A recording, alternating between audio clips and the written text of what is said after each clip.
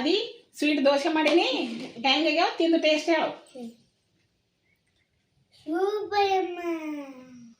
ಇವತ್ತು ನಾನು sweet egg dosa ಮಾಡ್ತೀನಿ ರೀ. 2 ಬೌಲ್ ಗೋಧಿ ಹಿಟ್ಟು ತೊಗೊಂಡೀನಿ, 1 ಬೌಲ್ ಬೆಲ್ಲ ತೊಗೊಂಡೀನಿ, 3 ಎಗ್ ತೊಗೊಂಡೀನಿ ರೀ. ಬೆಲ್ಲ ಸಣ್ಣ ಪುಡಿ ಮಾಡಿಟ್ಟಿದ್ದೆ.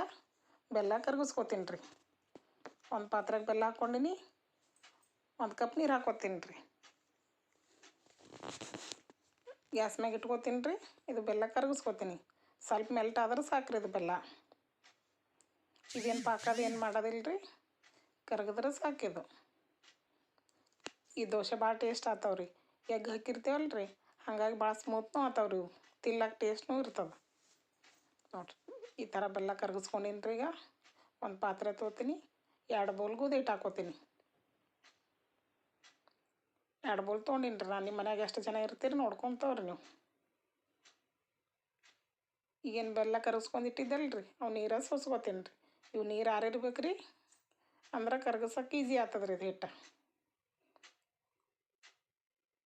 ಇದು ಹಿಟ್ಟು ಚೆಂದಾಗಿ ಕಲಿಸ್ಕೋಬೇಕು ರೀ.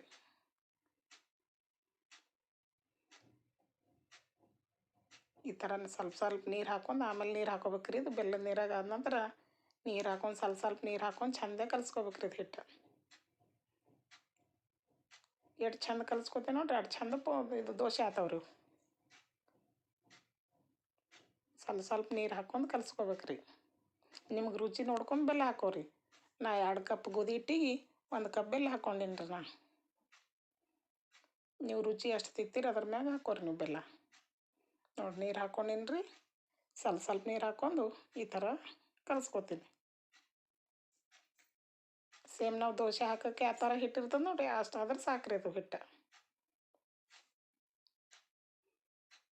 ಇನ್ನೊಂದು ಸ್ವಲ್ಪ ನೀರು ಹಾಕ್ಕೋತೀನಿ ರೀ.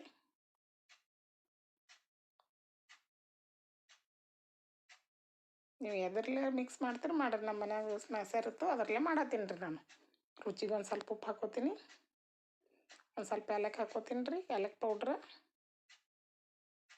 ತಿರ್ಗಿಸ್ಕೊತೀನಿ ರೀ. ಇದು ಮಿಕ್ಸ್ ಮಾಡ್ಕೊಂಡೀನಿ. ಈಗ ಎಗ್ ಹಾಕ್ಕೋತೀನಿ ರೀ.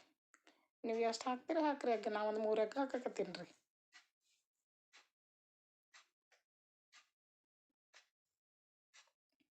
ಮೂರು ಎಗ್ ಇದೇ ಥರ ಒಡೆದು ಹಾಕ್ತೀನಿ ನೋಡಿರಿ ನಾನು. ಎಗ್ ಹಾಕೋದ್ರಿಂದ ದೋಸೆ ಭಾಳ ಟೇಸ್ಟ್ ಆಗ್ತಾವ್ರಿ. ಮಕ್ಳಿಗೆ ದೊಡ್ಡವ್ರಿಗೆ ಭಾಳ ಸ್ಮೂತ್ನೂ ಆಗ್ತಾವ್ರಿ. ಇಷ್ಟ ಆಗ್ತದ್ರಿ ಇದು ಈ ಥರ ಮಾಡ್ತೇವಂದ್ರೆ. ಮತ್ತು ಎಗ್ ಹಾಕಿ ಮಾಡಿದೇವಪ್ಪ ಸ್ಮೆಲ್ ಬರ್ತದೇನೋ ಅನ್ಬೋದು ನೀವು. ಹಾಗೇನು ಸ್ಮೆಲ್ಲೇ ಬರಲ್ರಿ ಇದು. ಚೆಂದಾಗಿ ಮಿಕ್ಸ್ ಮಾಡ್ಕೋತೀನಿ ರೀ. ಇದೆಲ್ಲ ಎಗ್ ಹೊಡ್ಕೋತೀನಿ ರೀ. ಈಗ ಹಿಟ್ಟಿನ ಜೊತೆ ಫುಲ್ ಮಿಕ್ಸ್ ಆಗ್ಬೇಕ್ರಿ ಅದು, ಅಂದ್ರೆ ದೋಸೆ ಚೆಂದ ಬರ್ತಾವ್ರಿ. ಎಷ್ಟು ಚೆಂದ ತಿರ್ಗಿಸ್ಕೋತೀನಿ ನೋಡ್ರಿ, ಅಷ್ಟು ಚೆಂದ ಉಬ್ಬಿ ಬರ್ತಾವ್ರಿ ಅದು ದೋಸೆ.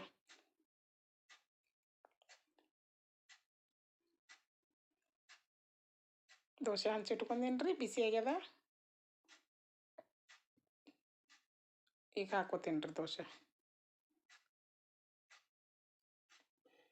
ನೋಡಿರಿ.